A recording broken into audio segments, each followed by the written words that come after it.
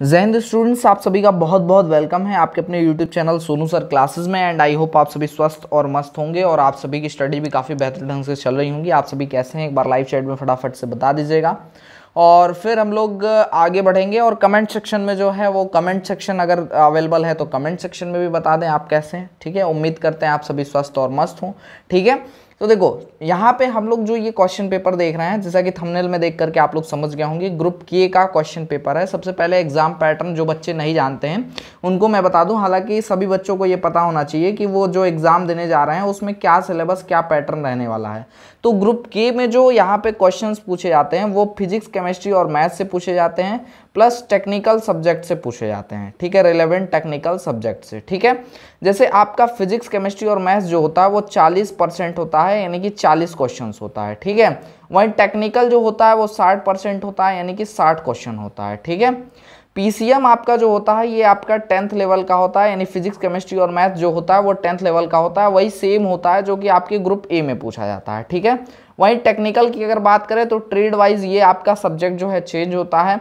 जैसे कि मान लो कोई K1 से भरा है तो उससे सिविल का पूछेगा, कोई K2 का फॉर्म भरा है तो उससे इलेक्ट्रिकल का पूछेगा। ठीक है, ऐसे ही अलग अलग जो K4 का भरा है वो उससे मैकेनिकल का पूछा जाएगा, है ना। तो ऐसे करके जो है यहाँ पे, और जो K5 से होगा वो कंप्यूटर साइंस एंड IT का पूछेगा, है ना। तो वो इस तरह से करके 60 क्वेश्चन आपको यहाँ पे पूछे जाएंगे। तो ये जो पेपर देख रहे हैं ये ओरिजिनल क्वेश्चन पेपर है ग्रुप के का, जिसमें आप लोग ये स्टूडेंट के द्वारा दिया गया रिस्पॉन्स है, जो मतलब वो जो स्टूडेंट्स ने आंसर सही किया था वो आंसर दिया हुआ है। इसके अलावा आपका रिस्पॉन्स के अलावा यहाँ पर देखिए करेक्ट ऑप्शन दिया हुआ है ना। देखो करेक्ट ऑप्शन दिया हुआ है, करेक्ट ऑप्शन में यहाँ पे जो भी ऑप्शन करेक्ट है वो आपका दिया हुआ है, ये आप देख सकते हैं। ठीक है, अब स्टूडेंट्स ने जहाँ भी रेज किया होगा वो उसके रिगार्डिंग यहाँ पे ऑब्जेक्शन जो है शो किया जा रहा है। अगर कोई रेज या फिर ऑब्जेक्शन जो है यहाँ पे किया गया होगा किसी क्वेश्चन के रिगार्डिंग इस स्टूडेंट के द्वारा तो वो दिखाया जाएगा लास्ट में, है ना। तो ये आपका क्वेश्चन पेपर है। तो सबसे पहले हम लोग यहाँ पे जो पीसीएम वाला सेक्शन है यहीं से शुरू करेंगे और सबसे पहले पीसीएम वाले सेक्शन को खत्म करेंगे। देखिएगा सबसे पहला क्वेश्चन आप सभी के स्क्रीन पर आ गया। पहला क्वेश्चन देखिएगा जिसमें कह रहा है यदि समांतर श्रेणी एपी के n पदों का योग जो है वो Sn is equal to 3n² upon 3n² plus 5n है। ठीक है, तो number of n number of terms का जो सम जो दिया हुआ है, यानी कि आपका Sn जो दिया है वो 3n² और प्लस 5n यहाँ पे दिया हुआ है। ठीक है, और कह रहा है कि इसका सारवांतर क्या होगा इस एपी का, इस अरिथमेटिक प्रोग्रेशन का, समांतर श्रेणी का, वो आपको बताना है ना। तो देखो सिंपल क्या है, यहाँ पे देखो n की वैल्यू अगर हम 1 रखेंगे तो ये पहले टर्म का यानी एक टर्म का सम बताएगा। एक टर्म का सम मतलब ये पहला टर्म यहाँ पे हमको बता देगा। ठीक है, तो n बराबर हम 1 रखेंगे यहाँ पे, तो देखिए 3 × 1 का स्क्वायर प्लस 5 × 1 हो जाएगा। तो मतलब देखो 5 और 3 मिलके यहाँ पे 8 हो जाएगा, है ना। ये हो गया T1। ठीक है, इसके बाद T2 फाइंड करेंगे। T2 हमारा जो होगा वो डायरेक्ट नहीं मिल सकता, हम क्या रखेंगे n बराबर 2 रखेंगे इस हमारे सम ऑफ n टर्म में। ठीक है, तो हमको ये देगा 2 टर्म का एडिशन, यानी T1 प्लस T2 देगा, T1 प्लस T2 देगा। ठीक है, तो ये हो जाएगा आपका S2 इज इक्वल टू 3 × 2 का स्क्वायर प्लस 5 × 2। ठीक है, जो कि हो जाएगा देखो 2 × 2 = 4 और 4 में 3 का मल्टीप्लाई कर देंगे, 4 × 3 = यहाँ पे 12 हो जाएगा, प्लस यहाँ पे 5 × 2 = 10 हो जाएगा। ठीक है, तो यहाँ पे आपको मिल जाएगा 22। ओके, अब देखो T1 प्लस T2 है जो कि S2 है, इसमें से अगर हम क्या माइनस कर लें, हम T1 माइनस कर लें तो हमको क्या मिल जाएगा, T2 मिल जाएगा, है ना। तो T2 हमको मिल जाएगा। इस वजह से हम लोग क्या कर रहे हैं, 22 में से हम घटा ले रहे हैं 8 को, तो यहाँ पे एक नंबर हमको मिल जाएगा जो कि क्या मिल रहा है, यहाँ पे देखो 22 में से अगर आप 8 घटा लोगे, ठीक है, तो यहाँ पे आपको मिल जाएगा 14। ठीक है, तो 14 आपका टर्म 2 हो जाएगा। ठीक है, अब देखो टर्म 1 और टर्म 2 कुछ इस टाइप से है, तो टर्म 2 में से अगर पहले को आप घटा लोगे तो यहाँ पे जो वैल्यू मिलेगा वो ही आपका कॉमन डिफरेंस होगा। तो 14 में से 8 आप घटाएंगे तो 6 मिलेगा और 6 ही आपका क्या होगा, कॉमन डिफरेंस होगा, जो कि यहाँ पे हम स्मॉल d से दिखाते हैं। तो 6 यानी कि ऑप्शन नंबर ए जो होगा वो करेक्ट ऑप्शन होगा, जो कि देखो यहाँ पे करेक्ट ऑप्शन में भी आपको दिया गया है। ठीक है, चलो अगला क्वेश्चन देखो, कह रहा है यदि अल्फा बीटा बहुपद जो है fx x² px + 1 - c के शून्यक है तो अल्फा प्लस अल्फा प्लस 1 और इंटू बीटा प्लस 1 क्या होगा ये आपको बताना है, ठीक है। अच्छा, हमको देखना है यहाँ पे क्या पूछ रहा है, हमसे कह रहा है कि अल्फा प्लस 1 और बीटा प्लस 1 बताना है ना। इन दोनों का अगर गुणा कर दे तो देखो यहाँ पे अल्फा का बीटा के साथ गुणा कर देंगे तो अल्फा बीटा हो जाएगा, अल्फा का 1 के साथ गुणा कर देंगे तो क्या हो जाएगा, अल्फा हो जाएगा, और यहाँ पे बीटा का कर देंगे गुणा 1 के साथ तो यहाँ पे बीटा हो जाएगा, और 1 का 1 के साथ होगा तो प्लस 1 हो जाएगा, है ना। तो देखो हम यहाँ पे देखें तो ये अल्फा प्लस बीटा हो गया, ये अल्फा इंटू बीटा हो गया, है ना। तो देखो मूलों का योग और मूलों का गुणनफल हमको पता है क्या होता है, अल्फा प्लस बीटा होता है माइनस बी अपॉन ए। तो यहाँ पे देखो अगर हम इस इक्वेशन का कंपेरिजन करें a x square plus b x plus c से, तो देखो यहाँ पे हमारा जो ए का वैल्यू हो जाएगा ये 1 हो जाएगा, बी का वैल्यू माइनस का। अब देखो यहाँ पे इसको ओपन करेंगे, थोड़ा मॉडिफाई करेंगे इस इक्वेशन को, तो देखो x square minus P x minus यहाँ पे p माइनस का c हो जाएगा, या फिर हम यहाँ माइनस कॉमन कर ले तो p प्लस सी भी लिख सकते हैं, जो हमारा c का कांस्टेंट का वैल्यू है ना। तो देखो b का वैल्यू हमको माइनस का p मिल जाएगा, और c का वैल्यू यहाँ पे हमको माइनस का p प्लस सी मिल जाएगा, p प्लस सी मिल जाएगा माइनस में, ठीक है। तो ये हमको c की वैल्यू मिल गई, ओके। तो a b c की वैल्यू मिली, सारी वैल्यूज पुट करेंगे हम यहाँ पे। तो देखो माइनस यहाँ पहले से है माइनस ऑफ p, और अपॉन में a का वैल्यू है 1, तो यहाँ पे हमको जो अल्फा प्लस बीटा मिल जाएगा वो सिर्फ मिल जाएगा p, है ना। चलो अल्फा इंटू बीटा देखना है यहाँ पे कि आपका अल्फा इंटू बीटा होता है c अपॉन a, c की वैल्यू है माइनस का p प्लस सी, और अपॉन में a का वैल्यू हो जाएगा 1, तो माइनस का p प्लस सी आपका यहाँ पे जो है अल्फा इंटू बीटा की वैल्यू हो जाएगी। ये सारी वैल्यूज यहाँ पुट कर देंगे, जो कि यहाँ पे हो जाएगा आपका क्या, माइनस पी प्लस सी, ठीक है, प्लस अल्फा प्लस बीटा की वैल्यू क्या है हमारे पास p और प्लस 1। तो देखो यहाँ p से p कैंसिल और c प्लस 1 हमारे पास बच रहा है, तो जो कि हमको मिल रहा है कहाँ, c प्लस 1 मिल रहा है ऑप्शन नंबर डी में। Option number D will be correct answer, D option जो होगा। एक मिनट एक मिस्टेक हो रही है यहाँ पे, ठीक है, नहीं हो सकता ये ऑप्शन नंबर डी, इसलिए नहीं हो सकता क्योंकि देखो अल्फा इंटू बीटा जो दिया हुआ है ये माइनस का p प्लस सी है, यानी कि माइनस का p माइनस का c है ना, और अल्फा प्लस बीटा जो है वो प्लस का p है ना। तो प्लस 1 यहाँ पे ये इस टाइप से आ जाएगा, ठीक है। तो p से p कैंसिल और 1 माइनस सी जो होगा वो करेक्ट आंसर होगा, जो कि ऑप्शन नंबर बी है, ठीक है। तो option number B will be correct answer, option number B जो होगा वो करेक्ट आंसर होगा, है ना। चलो अगला क्वेश्चन देखना क्या कह रहा है कि यदि बहुलक तथा माध्य क्रमशः 7 और 8 हैं तो माध्यिका का क्या मान होगा, ये आप सबको जो है बताना है, यहाँ पे पता करना है ना। देखो इस क्वेश्चन में बहुत सिंपल है, देखो क्वेश्चन का आपको फॉर्मूला पता होना चाहिए, ठीक है, ये फॉर्मूले पे ही क्वेश्चन आता है, ठीक है। तो देखो आपको क्या क्या दिया है, मोड, मीडियन और मीन दिया है, और आपसे बहुलक जो है, बहुलक, माध्यिका और माध्य के आधार पे जो फॉर्मूला होता है उसके आधार पे यहाँ पे क्वेश्चन है, ठीक है। तो आपका क्वेश्चन होता है, जो आपका फॉर्मूला होता है बहुलक, माध्यिका और माध्य का, वो होता है बहुलक बराबर 3 गुणे माध्यिका माइनस 2 गुणे माध्य, ये आपका होता है फॉर्मूला, है ना। तो ये आपका फॉर्मूला हो जाएगा। तो बहुलक यानी कि आपका mode is equals to 3 into median हो जाएगा आपका, 3 इंटू मीडियन हो जाएगा आपका, और माइनस 2 इंटू आपका माध्य यानी कि मीन हो जाएगा, है ना। तो ये आपका फॉर्मूला हो जाएगा। अब देखो इसमें जो जो आपको मिला हुआ है वो आप रख दो। बहुलक यानी मोड मिला है जो कि 7 है, और माध्य मिला है जो कि 8 है, तो इसको आप रख लेंगे। तो यहाँ पे हो जाएगा मोड बहुलक 7 बराबर 3 गुणे मीडियन एम कर दे रहे हैं माइनस 2 इंटू मीन आपका क्या हो जाएगा, मीन आपका 8 हो जाएगा, ठीक है। तो ये हो जाएगा 8 दूनी का 16, और 16 माइनस में है, दूसरी तरफ जाएगा तो प्लस में हो जाएगा। तो ये हो जाएगा 7 प्लस 16 बराबर 3 गुणे मीडियन, ठीक है। तो 16 में 7 को ऐड कर देंगे तो ये आपका हो जाएगा कितने के बराबर, तो 16 और 4 20, और 20 और 3 23 यानी 23, और इज इक्वल्स टू में आपका 3 इंटू मीडियन हो जाएगा, और देखो 3 को दूसरी साइड भेजेंगे तो यहाँ से हो जाएगा 23/3 इज इक्वल्स टू मीडियन, ठीक है, जो कि ऑप्शन नंबर सी जो होगा वो करेक्ट आंसर होगा, ठीक है। C option will be correct option, option number C जो होगा वो करेक्ट ऑप्शन होगा, है ना।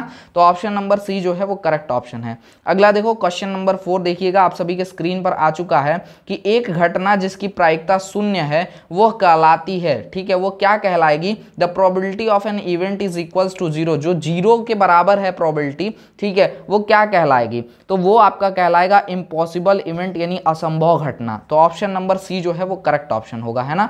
चलो देखो अगला क्वेश्चन देखना, कह रहा है कि the ratio in which 4,5 divides the join of 2,3 and 7,8। 2,3 और 7,8 को मिलाने वाली रेखा को 4,5 जो पॉइंट है, ठीक है, ये किसी रेशियो में डिवाइड करता है। वो किस रेशियो में डिवाइड करता है ये आपको पता करना है, ठीक है। तो ये मान लो x है और ये आपका y है। यहाँ पे आपका जो है 2,3 दिया है a की वैल्यू और b की पॉइंट की वैल्यू मान लो दिया हुआ है 7,8। तो ये हो जाएगा x1 y1 और ये हो जाएगा आपका x2 y2, ठीक है। फॉर्मूला हमारा होता है x is equals to mx2 plus nx1 upon m plus n, ये होता है फॉर्मूला, है ना। तो देखो x का वैल्यू जो होगा वो 4 हो जाएगा, m का वैल्यू जो यहाँ पे हमको पता करना है तो m की को वैसे ही छोड़ देंगे। x2 की वैल्यू देखो यहाँ पे क्या है 7 है, तो हम 7 कर लेंगे, प्लस n इंटू x1 की वैल्यू है 2 तो 2 कर लेंगे, अपॉन m प्लस n हो जाएगा। तो m प्लस n हमको पता नहीं है तो हम इसको m प्लस n को वैसे ही छोड़ देंगे। अब इसको दूसरी साइड भेजेंगे m प्लस n को, तो देखो इसी को हम लिख सकते हैं क्या, 4m plus 4n is equals to 7m plus 2n, है ना। अब इसको कैलकुलेट कर लेंगे, देखो 2n को इधर भेज देंगे, 4m को इधर भेज देंगे, तो दोनों एक दूसरे की तरफ जा करके घट जाएगा। 4n में से 2n घटेगा तो यहाँ पे आपको 2n मिल जाएगा और यहाँ 7m में से 4m घट जाएगा तो 3m मिल जाएगा, है ना। तो m रेशियो n आपको पता करना है, तो यहाँ पे देखो 3m में से 3 को दूसरी तरफ भेज दो और n को दूसरी तरफ भेज दो, ठीक है। तो यहाँ पे आपका हो जाएगा यही चीज, यही वैल्यू हो जाएगी 2:3 is equals to m upon n। तो 2:3 जहां भी मिल रहा है वो आपका करेक्ट आंसर है, जो कि ऑप्शन नंबर डी है, ठीक है। तो ऑप्शन नंबर डी जो होगा वो करेक्ट ऑप्शन होगा, ठीक है। चलो अगला क्वेश्चन देखना क्या कह रहा है, कह रहा है if arithmetic mean of a, a plus 3, a plus 6, a plus 9 and a प्लस 12 is 10 then value of a is. तो a की क्या वैल्यू होगी आप सभी से पूछा जा रहा है, ठीक है। इसका समांतर माध्य आपसे पूछा जा रहा है, मीन पूछा जा रहा है। मीन बराबर हो जाएगा सिंपली सभी को ऐड कर देंगे और जितने यहाँ पे नंबर्स होंगे उनसे डिवाइड कर देंगे। देखो 1 2 3 4 और 5 नंबर्स हैं टोटल, ठीक है। तो सबको ऐड कर देंगे। देखो a को काउंट कर लो कितनी बार है, 1 2 3 4 और 5 बार आपका क्या है a है, तो हम यहाँ पे लिख देंगे 5a प्लस में टोटल नंबर्स को ऐड कर लेंगे जो कि क्या है 3 6 9, तो 9 9 18 हो जाएगा और 18 और आपका 2 मिलकर के 20 और 10 30, तो 30 यहाँ पे हो जाएगा। और अपॉन में देखो टोटल कितने नंबर हैं, ये 1 2 3 4 और 5 नंबर है, तो 5 से डिवाइड कर देंगे, है ना।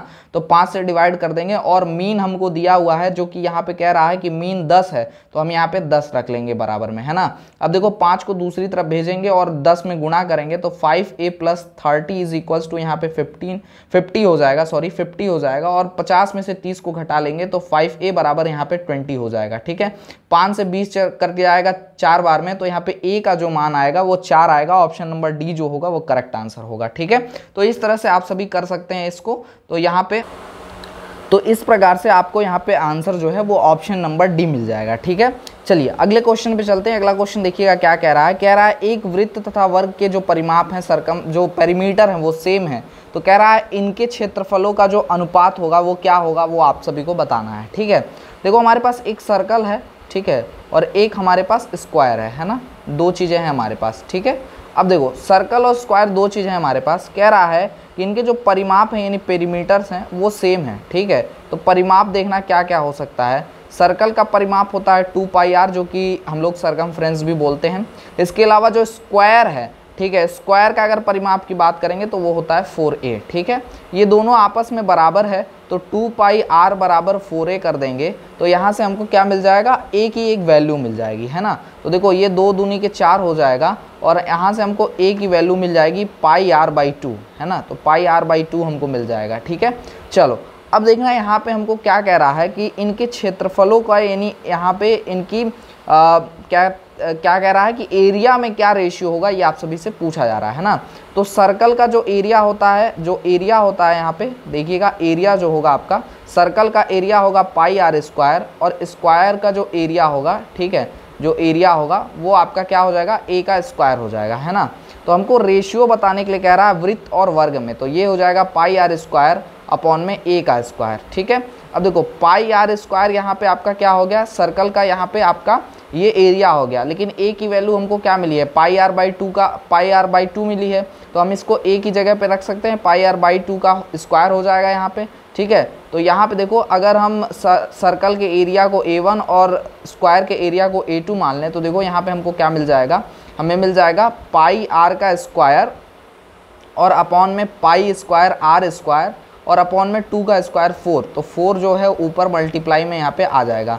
ये देखो एक पाई से ये पाई कैंसिल, आर स्क्वायर से आर स्क्वायर कैंसिल हो जाएगा। और यहाँ पे देखो ये जो पाई है इसको 22/4 लिख सकते हैं। तो यहाँ पे हो जाएगा नीचे 22 और जो बट्टे में 7 आएगा वो गुणे में चला जाएगा ऊपर, तो यहाँ हो जाएगा 7 चौका 28/22, ठीक है। तो 28 और 22 को डिवाइड कर लेंगे, देखिएगा कहाँ तक हो जाएगा आपका। तो ये 2 से डिवाइड करेंगे तो 14 दूनी 28 हो जाएगा और ये 11 हो जाएगा। तो 14:11 यानी कि 14:11 जहाँ भी मिलेगा, जो कि ऑप्शन नंबर ए में मिल रहा है, वो करेक्ट आंसर होगा। तो इस तरह से आप सभी इसको कर सकते हैं, ठीक है। चलो देखो क्वेश्चन नंबर 8वां देखो कह रहा है कि in an equilateral triangle with side A it's altitude is, कह रहा है ए भुजा वाले समबाहु त्रिभुज की ऊंचाई क्या होगी, ये आप सभी से पूछ रहा है कि ऊंचाई उसकी क्या होने वाली है, ये आप सभी से पूछा जा रहा है। तो देखो ऊंचाई जो होगी, हाइट जो होगा वो √3/2 इंटू ए होगा, ठीक है, जो कि ऑप्शन नंबर यहाँ पे ए दिया हुआ है। ए जो है वो आपका करेक्ट आंसर होगा, ठीक है। तो height is equals to √3/2 into आपका साइड हो जाएगा, ये आपका निकल जाएगा, ठीक है। चलो आगे बढ़ते हैं, अगले क्वेश्चन पे देखना क्या कह रहा है कि a + b + c बराबर 9 है, AB + BC + CA बराबर आपका 23 है। तो A² + B² + C² का क्या वैल्यू होगा, ये आप सभी से यहाँ पे पूछा जा रहा है, ठीक है। तो इसको सॉल्व करने के लिए आपको सीधा जो है यहाँ पे A + B + C की जो वैल्यू दी है इसका स्क्वायर आपको करना पड़ेगा, ठीक है। तो यहाँ पे देखिए हमको दिया है क्या, A + B + C = 9 दिया है। तो बोथ साइड हम स्क्वायरिंग कर देंगे यहाँ पे। तो देखिए यहाँ पे हो जाएगा A² + B² + C² + 2AB + 2BC + 2CA बराबर में 9 का स्क्वायर, यहाँ पे ये 9 है तो 9 का स्क्वायर हो जाएगा जो कि 81 हो जाएगा, है ना। तो देखो ये हो जाएगा A² + B² + C² और देखो यहाँ पे 2 कॉमन कर लेंगे तो ये हो जाएगा AB + BC + CA, ठीक है। AB + BC + CA = 81। ये हो जाएगा A² + B² + C² + 2 इंटू देखो AB BC और CA का वैल्यू यहाँ पे 23 है, तो हम सीधे 23 यहाँ पे रखेंगे, बराबर में 81 कर देंगे। और देखो A² + B² + C² की वैल्यू हमें मिल जाएगी 23 का दुना करके दूसरी साइड में 81 से घटा देंगे, जो कि देखो 23 का दुना करेंगे तो कितना हो जाएगा, ये 3 2 जा 6 हो जाएगा और 2 2 जा 4 यानी 46 से पूछ रहा है, ठीक है। तो देखो A cos theta + B sin theta बराबर में आपको m दिया है, ठीक है। इसका स्क्वायरिंग करेंगे तो देखो इसको लिख सकते हैं A² cos² theta + B² sin² theta + 2AB sin theta cos theta into sine theta, ठीक है, cos theta into sine theta, ये लिख सकते हैं। और बराबर में m का स्क्वायर, ये इक्वेशन 1 हम लोग लिख लेंगे, ठीक है। इसके बाद हमारे पास जो यहाँ पे सेकेंड इक्वेशन है A sin theta - B sin theta, ठीक है, = n। तो इसका स्क्वायरिंग करेंगे बोथ साइड में। तो यहाँ पे स्क्वायरिंग करेंगे तो देखिएगा क्या हो जाएगा हमारे पास, यहाँ पे स्क्वायरिंग अगर करते हैं तो यहाँ पे हमारे पास हो जाएगा A² sin² थीटा, ठीक है। देखना एक क्वेश्चन में, यहाँ पे एक क्वेश्चन में मिस्टेक है। क्वेश्चन में मिस्टेक ये है कि यहाँ पे जो B के साथ साइन है ना, इसकी जगह पे जो है, इसकी जगह पे कॉस होना चाहिए, ये मिस्टेक है यहाँ पे एक, ठीक है। एक यहाँ पे मिस्टेक है, इसको यहाँ पे cos थीटा होना चाहिए तभी ये क्वेश्चन बन पाएगा, है ना। तो ये मिस्टेक है, एक गलती है यहाँ पे, एरर है, इसको आप सही कर लेना, है ना, तभी आपका क्वेश्चन बनेगा, नहीं तो ये क्वेश्चन नहीं बनेगा, ठीक है। तो देखो अब बोथ साइड स्क्वायरिंग करेंगे तो ये हो जाएगा A² sin² theta + B² cos² theta, ठीक है।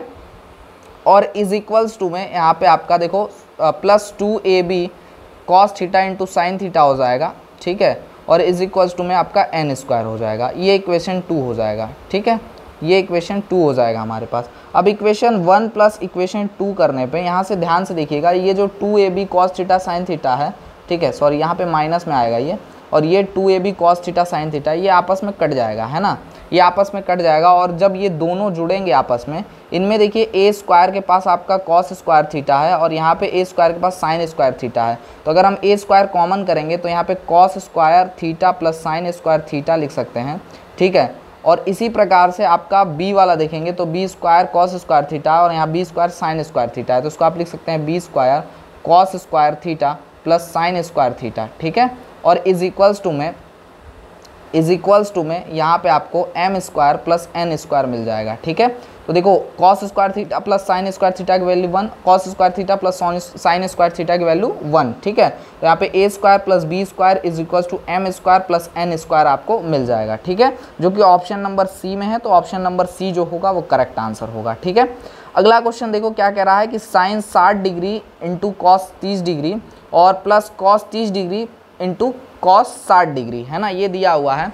तो आप डायरेक्ट भी कर सकते हैं या फॉर्मूला अगर आपको साइन ए प्लस बी का पता हो तो उससे भी आप कर सकते हैं, है ना। तो दोनों चीज़ है आपका, दोनों तरीके से कर सकते हैं। देखिए अगर इसको फॉर्मूला ना जानते हो तो वैल्यू पुट करके भी रख सकते हैं। जैसे साइन 60 की वैल्यू होती है √3/2 तो यहाँ रख लेंगे, फिर कॉस 30 की मान होती है √3/2 उसको रख लेंगे, प्लस साइन 30 का मान हमारे पास होता है 1/2 उसको रख लेंगे, और कॉस 60 का जो वैल्यू है वो हमारे पास क्या आ जाएगा 1/2 तो उसको रख लेंगे। अब इसको सॉल्व कर लेंगे, देखो ऊपर का ऊपर गुणा नीचे का नीचे गुणा कर लेंगे तो √3 का √3 में गुणा होगा 3 हो जाएगा, 2 का 2 में गुणा हो जाएगा 4 हो जाएगा, प्लस 2 का 2 में गुणा हो जाएगा 4 हो जाएगा, ऊपर 1 का 1 में गुणा होगा 1 हो जाएगा।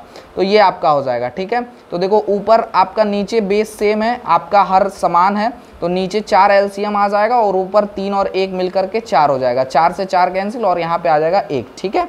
इसके अलावा देखो ये साइन ए कॉस बी और यहाँ पे cos A sine B sign A cos B आपका जो है इस तरह से आपका लिखा हुआ है, ठीक है। तो इस हिसाब से आप इसको साइन ए प्लस बी भी कर सकते थे, यानी 60 डिग्री प्लस 30 डिग्री भी कर सकते थे, जो कि साइन 90 के बराबर होता और इसकी वैल्यू भी हमको 1 मिलती। तो ये दोनों तरीका है, दोनों मेथड से आप जैसे इच्छा हो आपका कर सकते हैं। तो ऑप्शन नंबर बी जो होगा वो करेक्ट आंसर होगा, ठीक है। चलो अगला क्वेश्चन देखना, कह रहा है एक समबाहु त्रिभुज जिसका परिमाप जो है वो 180 सेंटीमीटर है। परिमाप बोले तो उसकी अगर साइड ए है तो 3a मतलब कि तीनों साइड का जो ऐड होगा, एडिशन होगा वो 180 सेंटीमीटर होगा। तो उसका एक साइड जो होगा 3 से 180 को डिवाइड करेंगे 60 सेंटीमीटर का होगा, ठीक है। ये हमको साइड मिल गया। फिर कह रहा है उसका क्षेत्रफल क्या होगा ये आपको बताना है। तो किसी भी आपका समबाहु त्रिभुज का जो एरिया होता है √3/2 a का स्क्वायर होता है, √3/2 इंटू a का स्क्वायर यानी 60 का स्क्वायर कर देंगे। तो इसको सॉल्व करेंगे, ये 30 हो जाएगा। यहाँ पे इसको सॉल्व कर लीजिएगा, 6 त्रिका यहाँ पे 18, ठीक है।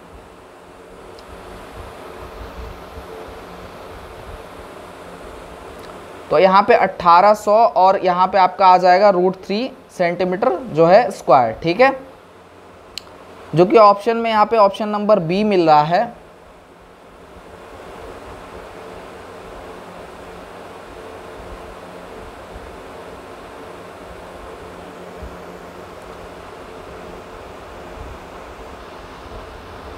देखिए यहाँ फॉर्मूले में एक एरिया के में जो होगा यहाँ पे √3/4 होगा, इसलिए ये मिस्टेक हो रही है, ठीक है। तो ये 2 की जगह पे 4 हो जाएगा, ठीक है। तो यहाँ पे देखो 15 चौका 60 हो जाएगा, 15 यहाँ पे आ जाएगा और यहाँ पे इसके अलावा आपका 1800 की जगह आपका ये 900 √3 सेंटीमीटर स्क्वायर आपका आ जाएगा, ठीक है। तो इसलिए आपका ये क्वेश्चन गलत हो रहा था। ऑप्शन नंबर बी जो होगा यहाँ पे वो आपका करेक्ट आंसर हो जाएगा, ठीक है। चलो इसके अलावा देखिएगा क्वेश्चन नंबर 13 आप सभी का दिया हुआ है, कह रहा है यदि पेड़ की छाया की लंबाई जो है वो घट रही है तो उन्नयन कोण क्या होगा। जैसे मान लो हम ये हमारा कोई टावर है या कोई पेड़ है, ठीक है, इससे दूर की तरफ बढ़ेंगे हम, जैसे जैसे दूर बढ़ेंगे उस तरफ जितना दूर जाते जाएंगे उतना हमारा जो एंगल है वो घटता चला जाएगा, ठीक है, जितना जो एंगल है वो घटता चला जाएगा। और जैसे जैसे हम इसके नज़दीक आते जाएंगे ये एंगल उतना ही जो है उतना ही एंगल ये है बड़ा होता जाएगा, वो उतना ही एंगल क्या होगा बड़ा होता चला जाएगा, ठीक है। तो ये आपका यहाँ पे होगा। तो कह रहा है कि यदि पेड़ की छाया की जो लंबाई है वो घट रही है तो उन्नयन कोण क्या होगा। तो उन्नयन कोण जो होगा वो बढ़ेगा, इंक्रीजिंग होगा, इसलिए ऑप्शन नंबर ए जो होगा वो करेक्ट आंसर होगा, ठीक है। तो 13 नंबर आंसर जो है यहाँ 13 का ऑप्शन नंबर ए सही है। 14 नंबर क्वेश्चन देखिएगा, ये आपको एक समरूप त्रिभुज दे दिया है और इस समरूप त्रिभुज में आपको कह रहा है कि एक्स की क्या वैल्यू होगी आप सभी को बताना है, ठीक है। AC की वैल्यू दी हुई है आपको, ठीक है, AL की वैल्यू दी हुई है, BM की वैल्यू दी हुई है और BC की वैल्यू दी हुई है। ठीक है, सारी वैल्यूज दी हुई हैं। सिंपली आप यहाँ पे रेशियो जानते हैं, समरूप त्रिभुज हैं आपके, ये त्रिभुज एक समरूप है CLM और आपका एक ABC त्रिभुज यहाँ पे है दूसरा त्रिभुज। ठीक है, तो देखो AC/AL बराबर यहाँ पे हो जाएगा BC/BM। ठीक है, BC/BM। तो सिंपली यहाँ पे वैल्यूज पुट करेंगे। AC की वैल्यू है हमारे पास क्या, AC की वैल्यू 2x, AL की वैल्यू x - 3, BC की वैल्यू है हमारे पास क्या 2x + 3 और BM की वैल्यू जो है हमारे पास x - 2 है ना। तो देखो 2x और इनटू में x - 2 यहाँ पे हो जाएगा इज इक्वल टू में 2x + 3 और इनटू में यहाँ पे x - आपका 3 हो जाएगा। ठीक है, एक तरीका तो ये है कि इसको आप कंप्लीट सॉल्व करिए और यहाँ से x की वैल्यू निकालिए, है ना, जो कि देखो 2x यहाँ पे आपका हो जाएगा, देखो 2x का x में गुणा होगा 2x² -2 2 जा 4x हो जाएगा यहाँ पे इज इक्वल टू में यहाँ 2x का x में गुणा होगा 2x² हो जाएगा, 2x का 3 में गुणा होगा तो माइनस का 3 2 जा 6x हो जाएगा और 3 का गुणा x में होगा तो 3x हो जाएगा। ठीक है, और ये आपका x - 3, ठीक है 3x हो जाएगा और 3 का गुणा 3 में होगा तो माइनस का यहाँ पे आपका क्या हो जाएगा -9 हो जाएगा। ओके, क्लियर है। अब देखिए जो कट रहा है उसको काट देंगे, जैसे 2x² से 2x² कैंसिल हो जाएगा, है ना।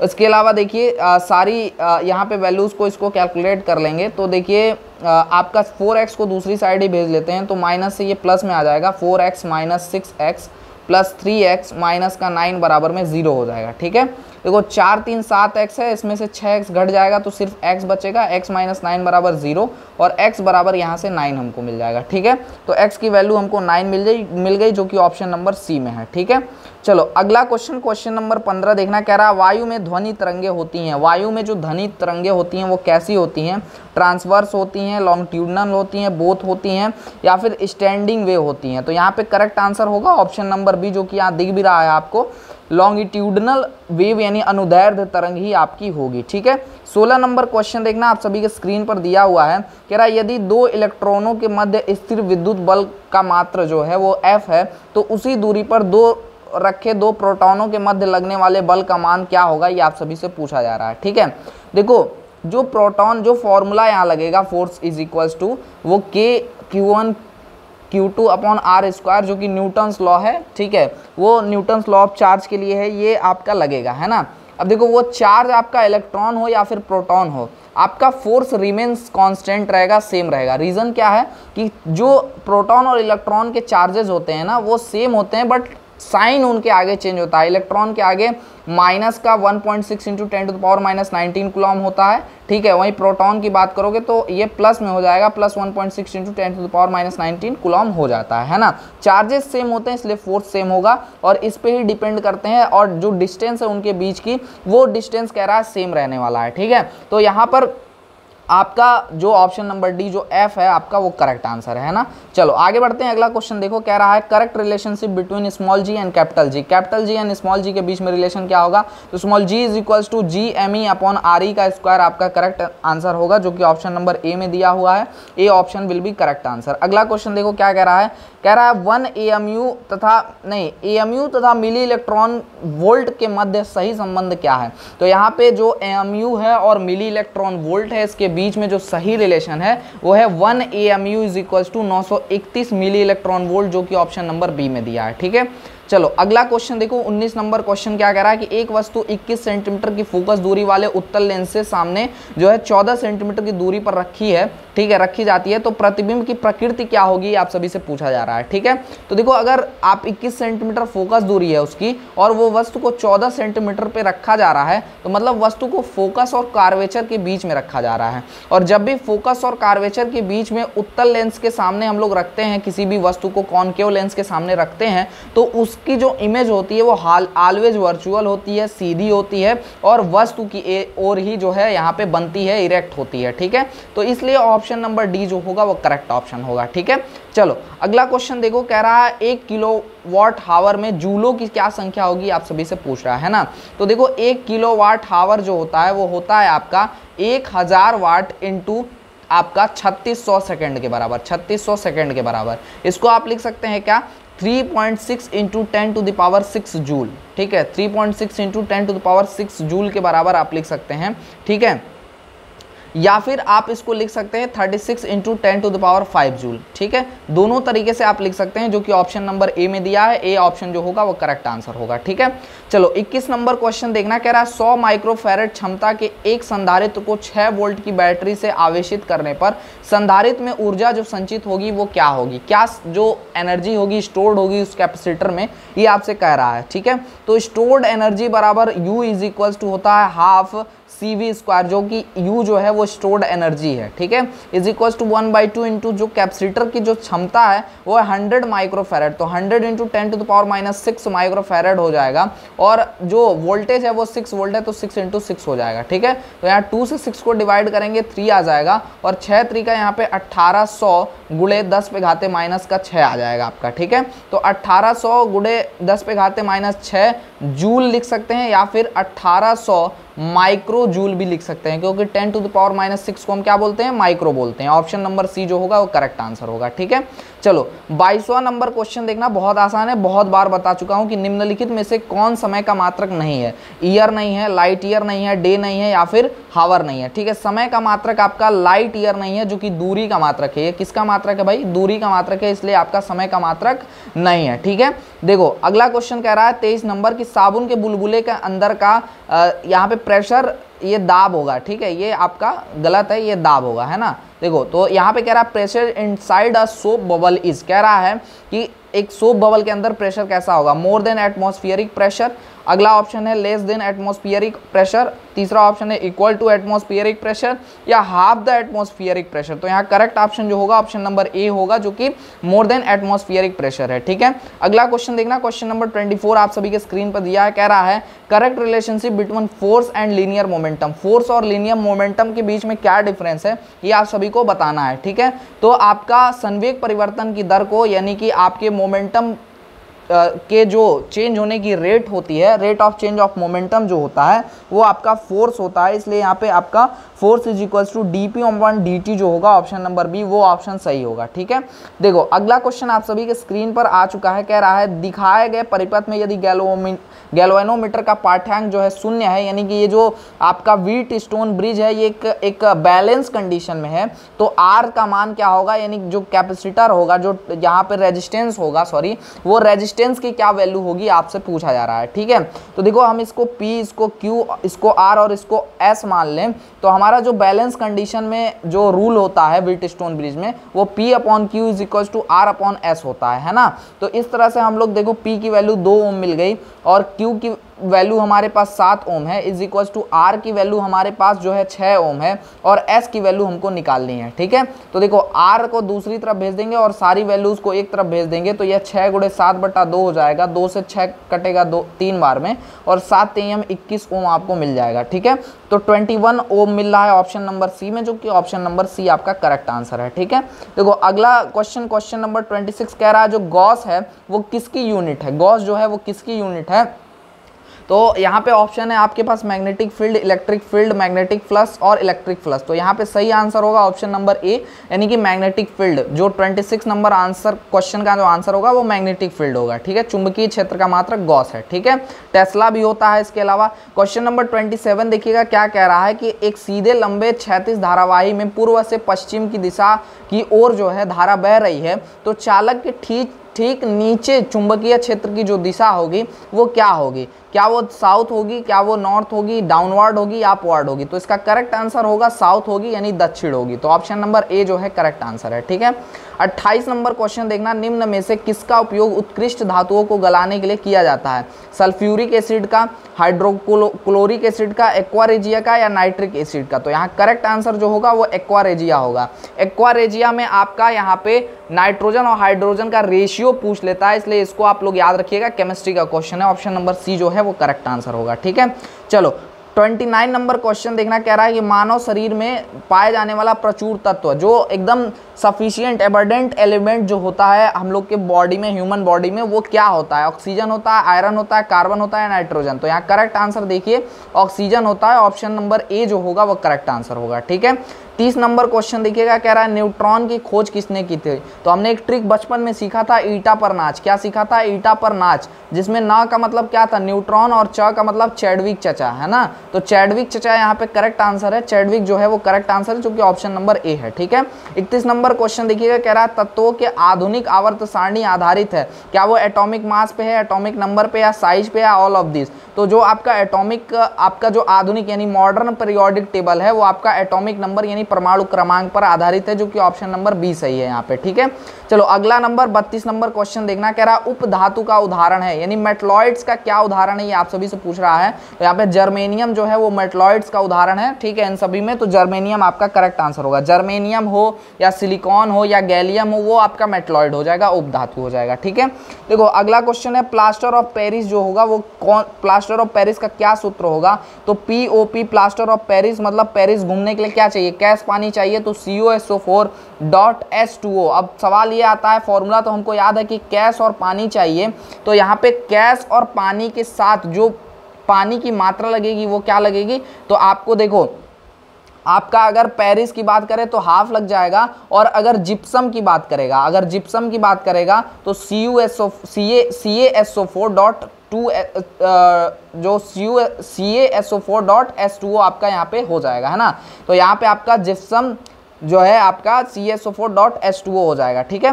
तो इसलिए ऑप्शन नंबर बी इस हिसाब से आपका करेक्ट आंसर होगा। ठीक है, चलो अगला क्वेश्चन देखो, क्वेश्चन नंबर 34 कह रहा है कि एक हाइड्रोकार्बन में 6 परमाणु हैं। ठीक है, यदि यह एक अल्काइन है तो उसका अणु सूत्र क्या है। देखो कार्बन की संख्या जो दी हुई है यहाँ पे, उसके हिसाब से 6 यहाँ पे N की वैल्यू दी हुई है। ठीक है, और कह रहा है वो एक अल्काइन है। तो एल्कीन, एल्कीन और अल्काइन, ये आपका फॉर्मूला होता है। अल्काइन का जो फॉर्मूला होता है वो मैंने आपको सिखाया था कि अल्काइन का जो फॉर्मूला होता है वो CnH2n-2 होता है। ठीक है, तो यहाँ पे n की वैल्यू 6 है, वो रखेंगे 6C6 प्लस 6 दूनी 12 माइनस 2 यानी कि C6H10 जहाँ भी दिया होगा वो करेक्ट आंसर होगा, जो कि ऑप्शन नंबर डी में दिया है। ठीक है, तो ऑप्शन नंबर डी जो होगा वो करेक्ट आंसर होगा। 35 नंबर क्वेश्चन देखिएगा, कह रहा है H2 के 20 ग्राम में H2 के मोलों की क्या संख्या होगी, ये आप सभी से पूछ रहा है। H2 के मोलों की संख्या जो है यहाँ पे आपसे पूछा जा रहा है क्वेश्चन नंबर 35 में। ठीक है, तो यहाँ पे जो मोलों की संख्या बराबर होता है वो n बराबर होता है गिवन मास, जो भी मास दिया गया है, और अपॉन में आपका मोलर मास। ठीक है, अपॉन में मोलर मास। तो यहाँ पे आपका देखिएगा कि जो आपका गिवन मास है वो 20 ग्राम है, और जो मोलर मास होगा यहाँ पे हाइड्रोजन का वो 2 एटम है। एक हाइड्रोजन का मोलर मास 1, तो 2 का 2, तो 2 से 20 कट जाएगा, जो कि 10 मिलेगा आंसर। तो ऑप्शन नंबर बी इस हिसाब से सही होगा। ठीक है, B option will be correct answer. अगला क्वेश्चन देखो, 36 नंबर क्वेश्चन में कह रहा है नेल पॉलिश रिमूवर में होता है एसिटिक एसिड होता है, बेंजीन होता है, एसीटोन होता है, या पेट्रोलियम ईथर होता है। तो आपका नेल पॉलिश रिमूवर में एसीटोन होता है, इसलिए ऑप्शन नंबर सी सही होगा। ठीक है, अगला क्वेश्चन देखो, 37 नंबर क्वेश्चन दिया है केल्विन पैमाने पे 25 डिग्री सेल्सियस तापमान का क्या मान होगा, ये आपको बताना है। ठीक है, तो देखो C इज इक्वल टू होता है K-273 डिग्री। ठीक है, 273 होता है, सॉरी 273 होगा। तो यहाँ पे आपको क्या सेल्सियस दिया है और आपको केल्विन बताना है, तो केल्विन इज इक्वल टू हो जाएगा आपका C प्लस 273। तो यहाँ पे डिग्री सेल्सियस में वैल्यू है 25 प्लस 273 कर देंगे, जो कि 298 केल्विन के बराबर हो जाएगा। तो यहाँ पे ऑप्शन नंबर ए जो होगा वो करेक्ट ऑप्शन होगा, A option will be correct option. ठीक है, चलो 38 नंबर क्वेश्चन देखना, क्या कह रहा है कि आयतन जो दिया है 6 मीटर क्यूब, और द्रव्यमान दिया है 90 kg का चट्टान दिया है। ठीक है, और इसका घनत्व क्या है ये पूछ रहा है, तो कैसे फाइंड करेंगे ये देखिएगा। ठीक है, डेंसिटी इज इक्वल्स टू, हमको पता है होता है मास अपॉन वॉल्यूम। क्या होता है? मास अपॉन वॉल्यूम होता है। ठीक है, तो इस हिसाब से हमको मास हमारा जो यहाँ दिया है वो 90 kg दिया है, और यहाँ पे वॉल्यूम जो दिया है वो 6 दिया है। 6 से 90 आप लोग काट देंगे, 15 मिल जाएगा।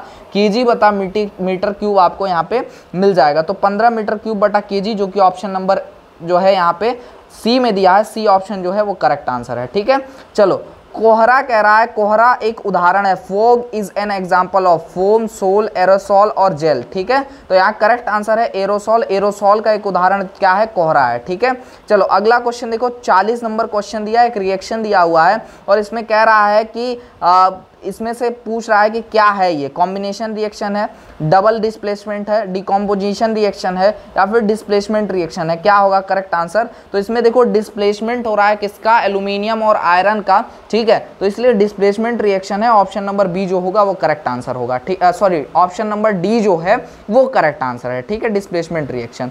अगला क्वेश्चन देखना, क्वेश्चन नंबर 41 कह रहा है आपका यहाँ से टेक्निकल स्टार्ट हो गया 41 नंबर से, ठीक है, और देखो 41 नंबर में आते ही यहाँ पे K2 का आपका स्टार्ट हो गया जो कि इलेक्ट्रिकल पार्ट है, ठीक है, इलेक्ट्रिकल, प्योर इलेक्ट्रिकल पार्ट यहाँ से स्टार्ट हो गया है, ठीक है। अब ध्यान से देखिएगा, कह रहा है एक जनरेटर में डमी कॉइल जो होता है वो प्रदान किया करने का उद्देश्य क्या होता है, to enhance flux density, to amplify voltage, to provide mechanical balance for the rotor और टू रिड्यूस एडी करंट। तो इसका करेक्ट आंसर होगा to provide mechanical balance for the rotor, rotor के लिए यांत्रिक संतुलन प्रदान करने के लिए, ठीक है। अगला क्वेश्चन देखो, क्वेश्चन नंबर 42 देखो क्या कह रहा है कि जब एक प्रत्यावर्ती धारा एक ओमिक प्रतिरोध से गुजरती है तो उष्मा में परिवर्तित विद्युत शक्ति होती है, ये क्या होती है, प्रत्यक्ष शक्ति यानी अपरेंट पावर, ट्रू पावर होती है, सक्रिय शक्ति या रिएक्टिव पावर होती है या नन ऑफ दीज होता है। तो इसका करेक्ट आंसर जो होगा ऑप्शन नंबर बी जो कि ट्रू पावर होता है, ठीक है, सक्रिय शक्ति होती है। अगला देखना, क्वेश्चन 43 नंबर क्वेश्चन कह रहा है सिलिकॉन स्टील का उपयोग जो है वो विद्युत मशीनों में किया जाता है, किसके लिए, लो कोआर्सिविटी के लिए, लो रिटेंटिविटी के लिए, लो हिस्टेरेसिस लॉस के लिए या ऑप्शन नंबर डी जो है वो आपका हाई कोआर्सिटिव के लिए, ठीक है। तो यहाँ करेक्ट आंसर जो होगा वो लो हिस्टेरेसिस लॉस के लिए होता है जो कि ऑप्शन नंबर सी है, ठीक है, option number C will be correct answer, ठीक है। क्वेश्चन नंबर 44 देखना है, क्या कह रहा है कि अच्छी चुंबकीय मेमोरी के लिए पदार्थ होनी चाहिए, material for good magnetic memory should have. तो इसका करेक्ट आंसर क्या होगा, low hysteresis loss, high permeability, low retentivity या हाई रिटेंटिविटी। तो इसका करेक्ट आंसर है हाई रिटेंटिविटी जो कि ऑप्शन नंबर डी सही होगा, ठीक है।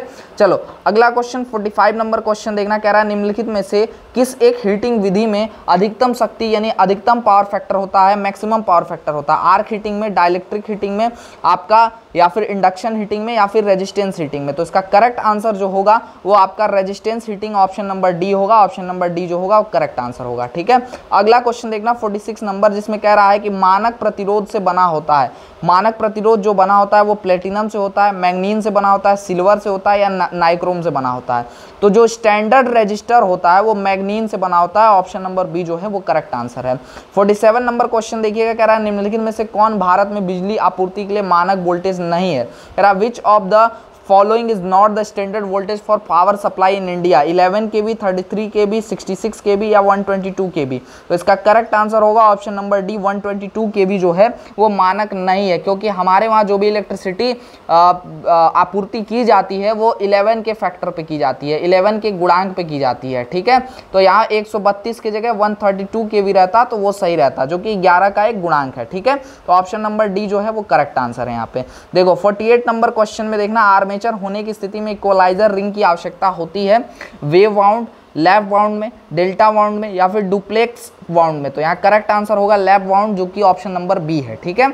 49 नंबर क्वेश्चन देखना, कह रहा है सोल्डर किसका मिश्र धातु है, कॉपर एंड एल्यूमिनियम का, टीन एंड लेड का, nickel and copper and zinc का और सिल्वर कॉपर एंड लेड का। तो करेक्ट आंसर होगा ऑप्शन नंबर बी, जो आपका सोल्डर एलॉय होता है वो आपका टीन और लेड, टीना और सीसा का बना होता है, ठीक है। देखो 50 नंबर क्वेश्चन में कह रहा है दशमलव संख्या 13 का जो बाइनरी इक्विवेलेंट है वो क्या है, वो आपको बताना है। देखिएगा बाइनरी इक्विवेलेंट बताने के लिए आप जो है ऐसे नंबर्स को लिखिएगा उल्टी डायरेक्शन में, पहले 1 लिखिए, फिर 1 का गुणा 2 में करेंगे 2, 2 में 2 का गुणा करेंगे 4, 4 में 2 का गुणा करेंगे 8 मिलेगा। तो इस तरह से सभी नंबर्स को लिख लेना है। अब देखिए इनमें से कौन कौन से नंबर्स को ऐड करके आप 13 लिख सकते हैं वो आप देखिए, ठीक है। तो यहाँ 8, 4, 12 और एक आपका 13, इन 3 नंबर्स को हम लिख करके क्या बना सकते हैं, अपना यहाँ पे 13 ऐड करके बना सकते हैं ना। तो ये बराबर 13 हमारे आ रहे हैं, ठीक है। तो यहाँ पे देखो जहाँ जहाँ नंबर्स, जिस नंबर को आपने ऐड किया उसके नीचे नीचे 1 लिख दीजिए और बाकी की जगह पे 0 लिख दीजिए। तो ये आपका बाइनरी नंबर बन जाएगा जो कि ऑप्शन नंबर डी में बना है। डी ऑप्शन जो होगा वो करेक्ट आंसर होगा,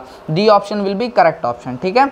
चलो अगला क्वेश्चन देखो, कह रहा है कि फ्यूज का मुख्य कार्य है प्रोटेक्ट द लाइन, लाइन की रक्षा करें, ओपन द सर्किट, परिपथ खोले, प्रोटेक्ट द अप्लायंसेस, उपकरण की रक्षा करे या प्रिवेंट एक्सेसिव करंट अत्यधिक धाराओं से रोके। तो इसका करेक्ट आंसर है प्रिवेंट एक्सेसिव करंट, अत्यधिक धाराओं से रोकने का काम करता है। 52 नंबर क्वेश्चन देखना, कह रहा है कि आरएलसी श्रेणी अनुनादी परिपथ में अनुनाद आवृत्ति का जो व्यंजक है वो क्या है। तो वो करेक्ट आंसर है ऑप्शन नंबर ए, जो कि 1/2 पाई स्क्वायर रूट में एलसी है। ठीक है, इंडक्टर इनटू आपका capacitance, option number A will be correct option. ठीक है, 53 नंबर क्वेश्चन देखना क्या कह रहा है। 53 नंबर क्वेश्चन में कह रहा है current charging from 8 ampere to 12 ampere in 1 second, induced voltage 20 volts in a coil, the value of inductance is. कह रहा है 1 सेकंड में 8 एम्पियर से 12 एम्पियर में परिवर्तित होने वाली धारा एक कुंडलन में 20 वोल्ट प्रेरित करती है, तो प्रेरकत्व का क्या मान होगा, ये आप सभी से पूछा जा रहा है। इंडक्टेंस का क्या वैल्यू होगा, ये आप सभी से यहाँ पे पूछा जा रहा है। ठीक है, तो इसको सॉल्व करने के लिए आपको फॉर्मूला पता होना चाहिए, EMF is equals to L D I upon D T. ठीक है, तो देखो ईएमएफ जो यहाँ पे वोल्टेज प्रोड्यूस हो रहा है जो कि 20 वोल्ट है, यहाँ पे लिख देंगे, और यहाँ पे इंडक्टेंस आपको पता करना है तो एल को वैसे ही छोड़ दीजिए, इनटू डिफरेंस बिटवीन आपका करंट जो हो जाएगा डी आई, वो 8 एम्पियर से चार्ज करके 12 एम्पियर कर दे रहा है, तो 12 माइनस 8 कर लेंगे यहाँ पे, और अपॉन में dt की जो वैल्यू दी हुई है, ठीक है, वो कह रहा है कि यहाँ पे 1 सेकंड टाइम की वैल्यू दिया है, तो यहाँ पे आपका 1 आ जाएगा, है ना, dt की जगह पे। अब देखो इसको सॉल्व कर लेंगे, तो यहाँ पे देखो 12 में से 8 चला जाएगा तो 4 बचेगा, 4 को दूसरी साइड भेजेंगे तो 20 बटा यहाँ पे 4 हो जाएगा, और 4 से 20 कट जाएगा 5 बार में, तो 5 हेनरी जो है वो करेक्ट आंसर होगा, जो कि ऑप्शन नंबर सी है। ठीक है, तो इस तरह से आप सभी करेक्ट आंसर कर सकते हो। 54 नंबर क्वेश्चन में कह रहा है केबल में जो मयान शीट्स होते हैं उसका उपयोग किया जाता है, किस लिए किया जाता है। Prevent the moisture from entering the cable, provide enough strength, provide proper insulation, none of these, इनमें से कोई नहीं। तो यहाँ पे करेक्ट आंसर जो होगा ऑप्शन नंबर ए जो होगा वो करेक्ट आंसर होगा, provide the moisture from entering the cable, नमी को केबल में प्रवेश करने से रोकने के लिए हम लोग शीट्स का जो है यूज करते हैं, शीथेड करते हैं। ठीक है, 55 नंबर क्वेश्चन देखिएगा, कह रहा है परावैद्युत सामर्थ्य का जो मात्रक है वो क्या है, ये आप सभी से पूछा जा रहा है। ठीक है, यानी कि डाई इलेक्ट्रिक स्ट्रेंथ का जो यूनिट है वो क्या है, आप सभी से पूछा जा रहा है। क्या वोल्ट प्रति मीटर है, या वोल्ट स्क्वायर प्रति मीटर है, या मीटर प्रति वोल्ट है, या फिर मीटर प्रति वोल्ट का स्क्वायर है। ठीक है, तो करेक्ट आंसर है वोल्ट प्रति मीटर, ऑप्शन नंबर ए जो होगा वो करेक्ट आंसर होगा, डाइलेक्ट्रिक स्ट्रेंथ का यूनिट वोल्ट पर मीटर। ठीक है, ऑप्शन नंबर यहाँ पे ए जो है वो आपका करेक्ट आंसर है 55 नंबर क्वेश्चन में। ठीक है, चलो आगे बढ़ते हैं अगले क्वेश्चन के ऊपर। अगला क्वेश्चन देखो 56 नंबर क्वेश्चन कह रहा है कि एक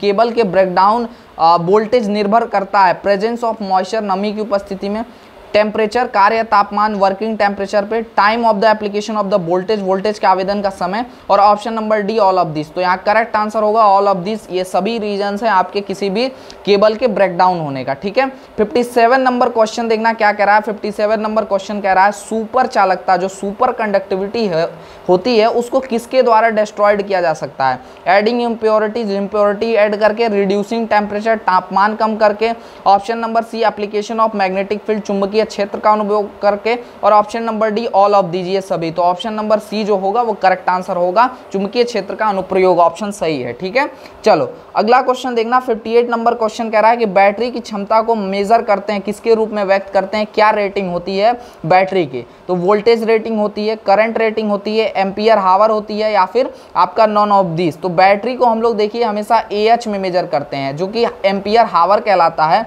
तो देखिएगा आपके घर में या तो 180 AH का बैटरी लगा होगा, 150 AH का बैटरी लगा होगा, ठीक है, या 100 AH का लगा होगा, जो कि यहाँ पे इसकी रेटिंग होती है बैटरी की। ठीक है, जो कि ऑप्शन नंबर सी होगा करेक्ट आंसर। ठीक है, देखो अगला क्वेश्चन देखो 59 नंबर क्वेश्चन कह रहा है कि भारत का पहला परमाणु ऊर्जा संयंत्र, न्यूक्लियर पावर प्लांट कहाँ इंस्टॉल किया गया था पहला, वो आप सभी से पूछा जा रहा है। ठीक है, वो तारापुर में था, वो कोटा में था, वो कलपक्कम में था, या वो कैगा में था। तो इसका करेक्ट आंसर है तारापुर। तारापुर आपका है मुंबई में, और मुंबई में आपके भारत का सबसे पहला परमाणु ऊर्जा संयंत्र यानी कि एटॉमिक पावर प्लांट जो है इंस्टॉल किया गया था। ठीक है, ऑप्शन नंबर 59 जो है वो करेक्ट आंसर होगा। ठीक है, अगला क्वेश्चन नंबर 60 देखिएगा, कह रहा है कार्बन रॉड का उपयोग गीली और सूखी सेलों में किया जाता है, क्योंकि ऑप्शन नंबर ए दिया हुआ है carbon rod serves as conductor, carbon rod conductor के रूप में कार्य करता है। Carbon can resist the attack of battery acid, carbon battery acid के हमले का विरोध करता है। या ऑप्शन नंबर सी दिया है both carbon rod serves as conductor and carbon resist attack of the battery acid, और option number D either carbon rod serves as conductor और carbon can resist the attack of battery acid.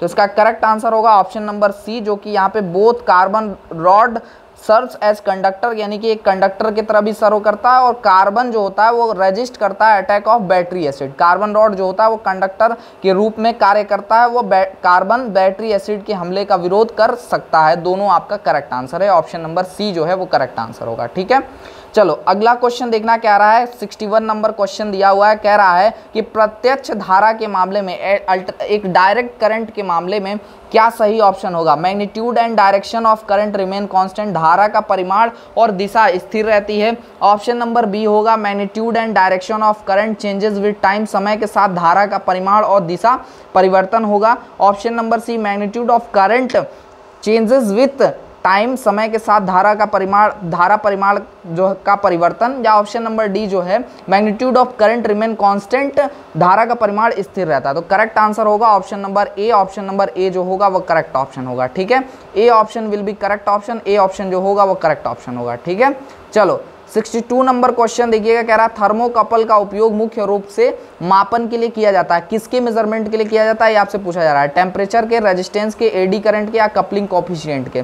Correct answer होगा temperature, यानी कि option number A जो होगा वो correct answer होगा। ठीक है, तो थर्मोकपल का जो उपयोग किया जाता है वो मुख्य रूप से यहाँ पे टेम्परेचर मेजर करने के लिए किया जाता है, जो कि रेजिस्टेंस की हेल्प से यहाँ पे टेम्परेचर को करंट और रेजिस्टेंस की हेल्प से मेजर किया जाता है ना।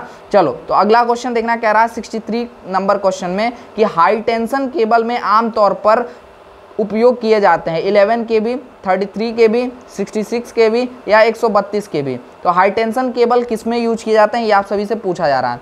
हाई टेंशन केबल हमेशा आपका 11 kV में यूज किया जाता है। इसके अलावा आप लोग समझ रहे होंगे कि देखो सब में तो केबल के थ्रू ही सप्लाई होता है, नहीं, आपका 11 kV के ऊपर जो भी सप्लाई होती है वो एक केबल के थ्रू ना होकर के बंडल कंडक्टर के थ्रू सप्लाई होती है, इसलिए 11 kV यहाँ पे करेक्ट आंसर है ऑप्शन नंबर ए में। ठीक है, चलो अगला क्वेश्चन देखो, कह रहा है 64 नंबर क्वेश्चन में कि इस जो सर्किट है, इस सर्किट में ए और बी के बीच में आपको इक्विवेलेंट रेजिस्टेंस बताना है। ठीक है, तो यहाँ पे हम सबसे पहले आर डैश निकाल रहे हैं, यानी इसका 12 ओम और 24 ओम का हम सबसे पहले रेजिस्टेंस निकाल रहे हैं, जो कि दोनों पैरेलल में है। तो ये निकालेंगे हम 24 गुणे 12 करके और अपॉन में 24 प्लस 12, यानी दो रेजिस्टेंस जो पैरेलल में है उनको अगर फाइंड करना हो उनका एक इक्विवेलेंट रेजिस्टेंस, तो दोनों का गुणा कर दीजिए और दोनों को जोड़ करके भाग कर दीजिए। तो 24 गुणा 12 हो जाएगा और नीचे हो जाएगा आपका 24 प्लस 12 36। तो 12 यहीं हम 36 और 8 3 के 24, यहाँ पे आपका 8 आ जाएगा। ठीक है, तो आर डैश की वैल्यू 8 आ गई। ठीक है, तो यही आपका जो सर्किट है वो आपका कुछ इस प्रकार से हो जाएगा, जो कि 8 ओम रेजिस्टेंस के हो जाएंगे। तो 8 मिलके यहाँ पे आर ए बी यहाँ पे इक्विवेलेंट रेजिस्टेंस जो आएगा वो 16 ओम आ जाएगा, जो कि ऑप्शन नंबर डी है। ऑप्शन नंबर डी जो होगा वो करेक्ट ऑप्शन होगा। ठीक है, देखो अगला क्वेश्चन दिया है कि the coefficient of self inductance for a coil is given as, कह रहा है कॉइल के स्व प्रेरकत्व का जो गुणांक है वो क्या होगा। तो यहाँ N∅/I जो है वो करेक्ट आंसर है, वो ऑप्शन नंबर बी जो है वो करेक्ट आंसर है। ठीक है, चलो अगला क्वेश्चन देखना, 66 नंबर क्वेश्चन कह रहा है कि एक प्रेरण एक इंडक्शन वाटमीटर का उपयोग किसके लिए किया जा सकता है। Both DC and AC, DC only, AC only, या फिर ऑल ऑफ दिस। देखो इंडक्शन प्रिंसिपल जो होता है ना, इंडक्शन में कोई भी वायर जो होती है वो डायरेक्टली नहीं कनेक्ट होता है, कुछ डिस्टेंस पे होता है, और इंडक्शन प्रिंसिपल पे ही आपका ट्रांसफार्मर वर्क करता है, जिसमें आपका वो क्या होता है इंडक्टिवली कनेक्टेड होता है, ना कि वो आपका जो है कैसे कनेक्टेड होता है, इलेक्ट्रिकली कनेक्टेड होता है। तो इंडक्शन लॉ जो होता है वो हमेशा इंडक्टिव जो भी चीज होगी वो सिर्फ और सिर्फ एसी पे वर्क करेगी, इसलिए ऑप्शन नंबर सी जो है वो करेक्ट आंसर होगा। ठीक है, देखो 67 नंबर क्वेश्चन कह रहा है कि कॉमन एमिटर एम्पलीफायर में इनपुट एवं आउटपुट वोल्टेज में जो कलांतर होता है, जो फेज डिफरेंस होता है वो कितना होता है, वो आपसे पूछ रहा है। तो फेज डिफरेंस 180 डिग्री का होता है, ऑप्शन नंबर बी जो है वो करेक्ट आंसर होगा। ठीक है, अगला क्वेश्चन 68 नंबर क्वेश्चन कह रहा है एक शुद्ध प्रेरक परिपथ में एक इन अ प्योरली इंडक्टिव सर्किट में एक्चुअल पावर जो होगा वो 0 होगा, रिएक्टिव पावर 0 होगा, या अपरेंट पावर 0 होगा, या फिर नन ऑफ दिस। तो यहाँ करेक्ट आंसर होगा एक्चुअल पावर इज 0, जो वास्तविक शक्ति होगी वो शून्य होगी, 0 होगी। ठीक है, 69 नंबर क्वेश्चन देखिएगा क्या कह रहा है कि अ सेपरेटली स्व उत्तेजित जनरेटर की तुलना में एक अलग उत्साहित generator, a separately excited generator as compare to a self excited generator is amenable to better voltage control, बेहतर वोल्टेज कंट्रोल या वोल्टेज नियंत्रण के लिए उत्तरदायी है। इज मोर स्टेबल, अधिक स्थिर होगा। या फिर has exciting current independent of load current, load धारा में स्वतंत्र रोमांचक धारा है। इसके अलावा option number D has all of these features. तो ऑप्शन नंबर डी जो होगा वो करेक्ट आंसर होगा, सभी में बेनिफिशियल है, इसलिए ऑप्शन नंबर डी जो है वो करेक्ट आंसर होगा। ठीक है, क्वेश्चन नंबर 70 देखिएगा क्या कह रहा है कि निम्नलिखित में से कौन प्रेरकत्व की इकाई नहीं है। ध्यान से पढ़िएगा कि प्रेरकत्व की इकाई नहीं है। विच of the following is not a unit of inductance, जो कि ऑप्शन नंबर बी है, कूलाम पर वोल्ट एम्पियर जो है वो नहीं है, इसलिए ऑप्शन नंबर बी जो होगा वो करेक्ट ऑप्शन होगा। ठीक है, अगला क्वेश्चन देखना, फॉर्म फैक्टर जो होता है, फॉर्म फैक्टर जो होता है वो किसका रेशियो होता है, वो आप सभी से पूछा जा रहा है। फॉर्म फैक्टर किसका रेशियो होता है ये आप सभी से पूछा जाता है। जो फॉर्म फैक्टर होता है वो RMS value upon average value के रेशियो के बराबर होता है। ठीक है, तो ऑप्शन नंबर सी जो होगा वो करेक्ट आंसर होगा, RMS value upon average value. ठीक है, अगला क्वेश्चन, क्वेश्चन नंबर 72 देखिएगा, कह रहा है in a power system reactive power is necessary for, जो रिएक्टिव पावर है वो नेसेसरी होती है एक शक्ति प्रणाली में प्रतिक्रियाशील शक्ति के लिए आवश्यक है। Power transmission, stabilising the voltage level, option number C counteracting the effect of reactance in the transmission line, option number D none of this. तो यहाँ करेक्ट आंसर होगा आपका ऑप्शन नंबर सी जो कि दिया है, counteracting the effect of reactance in the transmission line, परिसरण प्रणाली में प्रतिक्रिया के प्रभाव का प्रतिकार करना। ठीक है, तो इसलिए ऑप्शन नंबर सी जो है वो करेक्ट आंसर है। ठीक है, देखो अगला क्वेश्चन 73 नंबर क्वेश्चन दिया हुआ है कि R2 ट्रांसफार्मर की सेकेंडरी वाइंडिंग का प्रतिरोध और के परिवर्तन अनुपात है, तो प्राथमिक को संदर्भित समतुल्य द्वितीयक प्रतिरोध क्या होगा, ये आपसे पूछा जा रहा है, जो कि आपका क्या होगा यहाँ पे R2/K2 होगा। Option number B will be correct answer. ठीक है, तो option number B will be correct answer. ठीक है, चलो अगला क्वेश्चन देखना, 74 नंबर क्वेश्चन क्या कह रहा है, बैंड स्टॉप फिल्टर का सीरीज एलिमेंट है, the series element of band stop filter is, ठीक है बैंड है ये, ठीक है, बैंड स्टॉप फिल्टर का सीरीज एलिमेंट क्या है आपसे से पूछा जा रहा है। कैपेसिटिव है, इंडक्टिव है, या फिर parallel combination of L and C है, या series combination of L and C है। तो यहाँ करेक्ट आंसर होगा आपका, करेक्ट आंसर होगा ऑप्शन नंबर सी जो कि parallel combination of L and C होगा, यानी कि इंडक्टर एंड कैपेसिटेंस का। Option number C will be correct answer. ठीक है, क्वेश्चन नंबर 75 कह रहा है स्पार्क प्लग इंसुलेशन के लिए निम्नलिखित में से किस सामग्री का उपयोग करते हैं। Spark plug makes uses of which of the following material for insulation, porcelain का, स्लेट का, माइका का या ग्लास का। तो करेक्ट आंसर होगा पोर्सलेन जो है वो करेक्ट आंसर होगा। ठीक है, 76 नंबर क्वेश्चन देखिएगा, निम्न में आपेक्षिक विद्युतशीलता का मात्रक है, the relative permittivity has following units. ठीक है, आपेक्षिक विद्युतशीलता का क्या मात्रक है वो आप सभी से पूछा जाए, तो आपके जो आपेक्षिक विद्युतशीलता होती है, रिलेटिव परमिटिविटी, उसकी कोई यूनिट नहीं होती, कोई मात्रक नहीं होता। ठीक है, अगला क्वेश्चन देखो, कह रहा है आपेक्षिक विद्युतशीलता का हवा में क्या मान होता है, एयर में क्या वैल्यू होती है वो पूछ रहा है, जो कि हमेशा 1 होती है, के की वैल्यू यहाँ पे वो आपका 1 होता है। ठीक है, option number A will be correct answer. ठीक है, चलो आगे बढ़ते हैं। 78 नंबर क्वेश्चन देखिएगा क्या कह रहा है, 78 नंबर क्वेश्चन में कह रहा है विच of the following is the poorest conductor of electricity, निम्नलिखित में से कौन बिजली का सबसे निर्बल चालक है, कार्बन, एल्यूमिनियम, स्टील या सिल्वर। तो यहाँ सभी का यूज होता है, एल्यूमिनियम, स्टील और सिल्वर का यूज नहीं करते क्योंकि महंगा है ये, लेकिन सबसे बेस्ट है। ठीक है, तो यहाँ पे जो करेक्ट आंसर होगा वो कार्बन होगा। कार्बन जो है वो यहाँ पे आपका सबसे निर्बल चालक है, सबसे जो है पुअरेस्ट कंडक्टर है। ठीक है, 79 नंबर क्वेश्चन कह रहा है देखिएगा कि बैटरी चार्ज करने के लिए निम्नलिखित में से किस जनरेटर का उपयोग किया जाता है, which one of the following generators is use for charging the batteries. तो यहाँ पे बैटरी को चार्ज करने के लिए संट यहाँ पे जनरेटर का यूज किया जाता है, जो कि ऑप्शन नंबर ए है, सही है। ठीक है, देखो अगला क्वेश्चन देखिएगा, कह रहा है अनुनाद पर यानी कि रेजोनेंस पर जो RLC श्रेणी परिपथ होता है उसमें क्या होता है, omega LC is equal to 1, omega L square C square is equal to 1, omega square LC is equal to 1 या omega square L square C square is equal to 1। तो यहाँ सही ऑप्शन होगा option number C, omega square LC is equal to 1 होता है। ठीक है,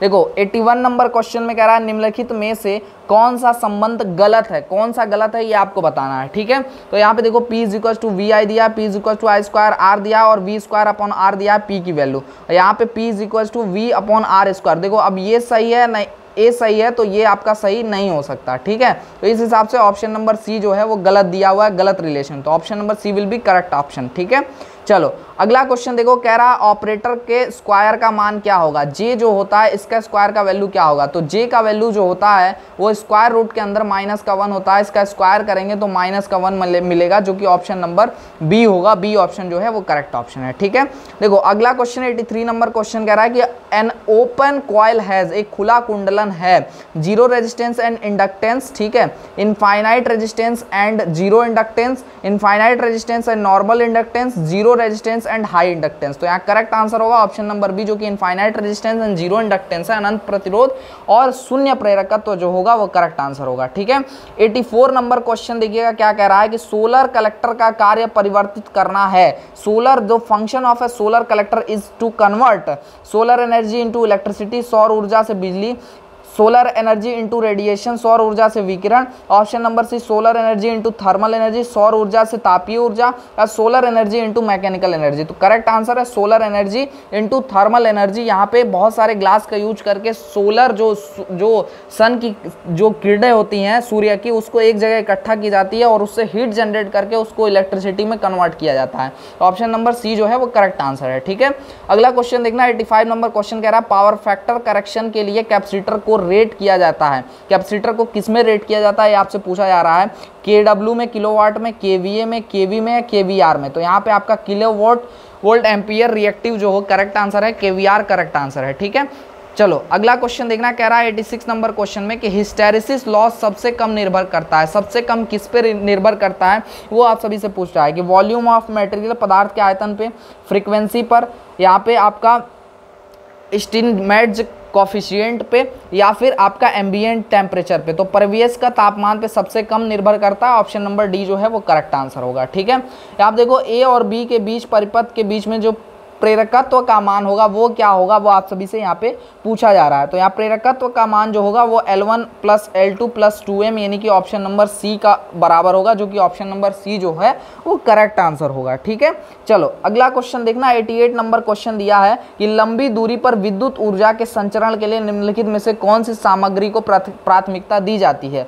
copper को, एल्यूमिनियम को, स्टील रीइंफोर्स्ड कॉपर को, या फिर स्टील रीइंफोर्स्ड एल्यूमिनियम को। तो यहाँ पे देखो कॉपर बहुत महंगा हो जाता है इसलिए यूज नहीं करते, एल्यूमिनियम बहुत सस्ता हो जाता है इसलिए नहीं यूज करते, कॉपर बहुत महंगा हो जाता है इसलिए नहीं यूज करते, इसलिए स्टील और फिर एल्यूमिनियम का यहाँ पे मिश्रण यूज करते हैं। स्टील से हमको यहाँ पे जो है स्ट्रेस प्रोवाइड हो जाता है, स्ट्रेंथ प्रोवाइड हो जाता है। ठीक है, इसलिए ऑप्शन नंबर डी जो होगा वो करेक्ट आंसर होगा। ठीक है, चलो अगला देखो क्वेश्चन क्या कह रहा है, 89 नंबर क्वेश्चन की एक गेट जिसमें उच्च आउटपुट प्राप्त करने के लिए सभी इनपुट कम होना चाहिए कहलाता है। ठीक है, वो क्या कहलाता है, जिसमें सबसे कम इनपुट देने पे हमको हाई आउटपुट मिलता है। AND gate, NAND gate, inverter या फिर नॉर गेट। तो यहाँ करेक्ट आंसर होगा नॉर गेट। नॉर गेट जो है वो करेक्ट आंसर है। ठीक है, देखो अगला क्वेश्चन 90 नंबर क्वेश्चन कह रहा है ट्रांसफार्मर पर शॉर्ट सर्किट परीक्षण निर्धारित करने के लिए आयोजित किया जाता है। Hysteresis losses, copper losses, core losses या एडी करंट लॉसेस। तो यहाँ करेक्ट आंसर होगा copper losses, option number B जो है वो करेक्ट आंसर है। ठीक है, 91 नंबर क्वेश्चन देखिएगा, कह रहा है एक ट्रांसफार्मर बदलता है वोल्टेज को, करंट को, फ्रीक्वेंसी को या फिर पावर को। बदलता तो वोल्टेज को भी है और करंट को भी है, और फ्रीक्वेंसी में कोई चेंजेस नहीं करता। तो टोटल मिला करके अगर V और I का इनटू कर देंगे तो मिल जाता है पावर, पावर में चेंज करता है। ऑप्शन नंबर डी जो है वो करेक्ट आंसर है। ठीक है, 92 नंबर क्वेश्चन देखिएगा, कह रहा है कि एक एसी परिपथ में अपेरेंट पावर दिया है 10 kVA, एक्टिव पावर दिया है 8 kW। तो रिएक्टिव पावर क्या होगा ये आप सबसे पूछ रहा है। ठीक है, रिएक्टिव पावर आपसे पूछ रहा है, तो आपको फॉर्मूला इसके लिए पता होना चाहिए। फॉर्मूला पता होने पे ही आप इसको कर पाएंगे। फॉर्मूला आपका होता है, ध्यान दीजिएगा, अपेरेंट पावर का square is equals to active power का स्क्वायर प्लस रिएक्टिव पावर का स्क्वायर। ठीक है, रिएक्टिव पावर का स्क्वायर, ये आपसे बोला जा रहा है। ठीक है, तो देखो अपेरेंट पावर का अगर स्क्वायर की बात करें तो अपेरेंट पावर है 10 kVA। ठीक है, तो इसका स्क्वायर हो जाएगा 10 का square is equals to active power यहाँ पे दिया हुआ है 8, तो 8 का स्क्वायर हो जाएगा, प्लस RE को हम क्या लिख लेते हैं यहाँ पे kVAR लिख ले रहे हैं। ठीक है, तो kVAR हमको पता करना है क्या होगा। ठीक है, जो कि इसका स्क्वायर है। तो यहाँ 8 का स्क्वायर को दूसरी साइड करके 10 के स्क्वायर से माइनस कर लेंगे, तो कि 100 - 8 का स्क्वायर 64 हो जाएगा, और यहाँ पे हो जाएगा kVAR is equals to square root के अंदर 100 माइनस 64, तो यहाँ स्क्वायर रूट के अंदर आ जाएगा 36 जो कि kVAR की वैल्यू होगी, और यहाँ 36 स्क्वायर रूट से बाहर आएगा तो 6 kVAR यहाँ पे आपको मिल जाएगा। ठीक है, 6 kVAR आपको मिल जाएगा। ठीक है, किलो वोल्ट एम्पियर रिएक्टिव। तो ऑप्शन नंबर जो यहाँ पे बी है वो आपका करेक्ट आंसर है। बी ऑप्शन जो है 6 kVAR आपका करेक्ट आंसर होगा। ठीक है, 93 नंबर क्वेश्चन देखिएगा, कह रहा है galvanised steel wire is generally used है। जस्ती तार आमतौर पर यूज किया जाता है, प्रयोग किया जाता है, स्टे वायर के तौर पे, अर्थ वायर के तौर पे, स्ट्रक्चरल कंपोनेंट के तौर पे, या ऑल ऑफ दीज। इन सभी में आपका यहाँ पे जो गैल्वनाइज्ड स्टील होता है उनका यूज किया जाता है। 94 नंबर क्वेश्चन देखिएगा, क्या कह रहा है कि विद्युत संपर्क सामग्री के रूप में पारा, ठीक है, अ लिक्विड एक तरल है, अ मेटल एक मेटल है, एक धातु है, एक धातु तरल है, या फिर एक गैस है। तो यहाँ करेक्ट आंसर है ऑप्शन नंबर सी, एक मेटल लिक्विड है। ठीक है, क्योंकि जो पारा होता है वो लिक्विड के तौर पे यूज होता है। ठीक है, तो ऑप्शन नंबर सी जो होगा वो करेक्ट आंसर होगा। 95 नंबर क्वेश्चन देखिएगा कि मेगर जो होता है, ठीक है, मेगा ओम, जिससे बड़ी रेजिस्टेंस को मेजर किया जाता है, बड़ी वैल्यू को, ठीक है, उसमें जो कंट्रोलिंग टॉर्क होता है वो किसके द्वारा प्रदान किया जाता है? स्प्रिंग के द्वारा, ग्रेविटी के द्वारा, कॉइल के द्वारा, या फिर एडी करंट के द्वारा। तो यहाँ पे करेक्ट आंसर होगा कॉइल के द्वारा जो है मेगर में कंट्रोलिंग टॉर्क यहाँ पे दिया जाता है। ठीक है, 96 नंबर क्वेश्चन देखिएगा, कह रहा है कि एक डेड स्टोरेज बैटरी को द्वारा पुनर्जीवित किया जा सकता है। एक dead storage battery can be revived by, किसके द्वारा रिवाइव हो सकता है? H2SO4 की एक खुराक के द्वारा, एडिंग डिस्टिल्ड वाटर के द्वारा, adding so called battery restorer के द्वारा, या फिर ऑप्शन नंबर डी। तो ऑप्शन नंबर डी जो होगा वो करेक्ट आंसर होगा। यहाँ किसी के द्वारा आप पुनर्जीवित नहीं किया कर सकते। ठीक है, इन ऑप्शन में से। ओके, 97 नंबर क्वेश्चन देखिएगा, कह रहा है कि संधारित्र का व्युत्क्रम कहलाता है। संधारित्र यानी कैपेसिटेंस का जो इनवर्स होता है वो क्या कहलाता है?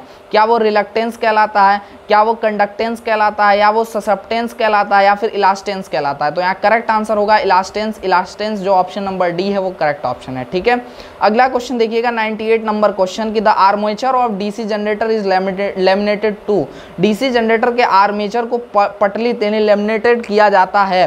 Reduce the bulk, provide the bulk, insulate the core, या फिर रिड्यूस एडी करंट लॉस। तो यहाँ करेक्ट आंसर होगा reduce eddy current loss. Eddy current loss को रोकने के लिए हम लोग क्या करते हैं? डीसी जनरेटर को लेमिनेट, जो आर्मेचर होता है उसको लेमिनेट करते हैं। ठीक है, देखो 99 नंबर क्वेश्चन में कह रहा है कि the peak value of a sine wave is 200 volt, it's average value is. इसकी एवरेज वैल्यू क्या होगी आप सभी को बताना है। ठीक है, पीक वैल्यू 200 वोल्ट है, तो इसके एवरेज वैल्यू को बताना है कि क्या होगा इसका एवरेज वैल्यू। तो देखो इसका एवरेज वैल्यू बराबर होगा 2 गुणे peak value, peak voltage upon में आपका पाई। ठीक है, तो 2 इंटू पीक वोल्टेज हमारे पास 200, और आपका जो पाई का मान होता है वो 22/7 होता है। इसको कैलकुलेट कर लीजिएगा, जो कि वैल्यू आपको मिलेगा 127.32 वोल्ट, जो कि आपको यहाँ पे आपको 127.4 वोल्ट के बराबर होगा, जो कि ऑप्शन नंबर ए में आपका करेक्ट आंसर दिया हुआ है। ठीक है, 100 नंबर क्वेश्चन देखिएगा, कह रहा है कि निम्नलिखित में से कौन ट्रांसफार्मर में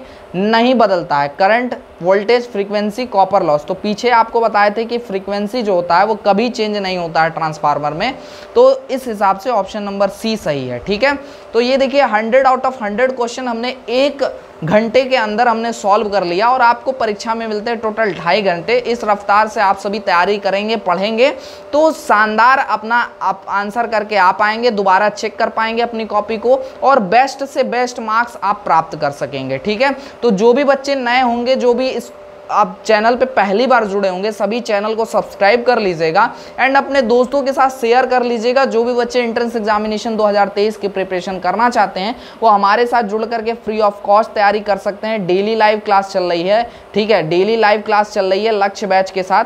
ठीक है, लक्ष्य बैच के साथ आप जुड़ करके फ्री ऑफ कॉस्ट तैयारी कर सकते हैं, और बिना 1 रुपये खर्च किए, ठीक है, फ्री ऑफ कॉस्ट आप कंप्लीट तैयारी कर सकते हैं पीसीएम की, फिजिक्स, केमिस्ट्री एंड मैथ्स की, एंड साथ में आपके टेक्निकल में भी थोड़ा बहुत हेल्प मिल जाएगा और सजेशन मिलते रहेंगे। ठीक है, तो ये सारी चीज़ें आपको एक साथ एक प्लेटफॉर्म पे मिल जा रही हैं फ्री ऑफ कॉस्ट, कोई चार्ज, कोई पैसा नहीं देना है। इसके लिए सिंपली चैनल को सब्सक्राइब करना है और घंटा वाला बटन दबा करके जय माता दी कर देना है, ऑल पे सिलेक्ट कर लेना है, ताकि कोई भी अपडेट वीडियो आए तो वो सबसे पहले आप तक पहुँचे। और टेलीग्राम ग्रुप का लिंक डिस्क्रिप्शन में दिया गया है, उसको आपको ज्वाइन कर लेना है। तो आज के इस सेशन में बस इतना ही, मिलेंगे किसी अन्य वीडियो लाइव सेशन के साथ, तब तक ले जाएं। वंदे मातरम। आप सभी स्वस्थ रहें, मस्त रहें।